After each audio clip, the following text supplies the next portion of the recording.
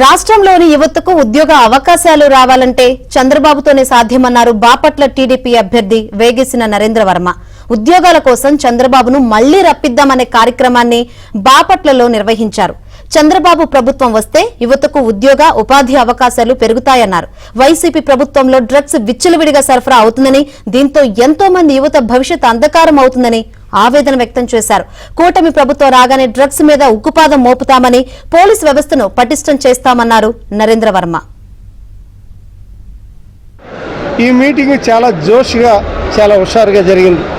అందరూ మార్పు కోసం రాత్రింబావుల్లో కష్టపడుతున్నారు. సోషల్ మీడియాలో ట్రోల్స్ చేస్తూ ఉన్నారు. జగన్మోహన్ రెడ్డి ఈ మాయిలన్నీ చూపిస్తున్నారు.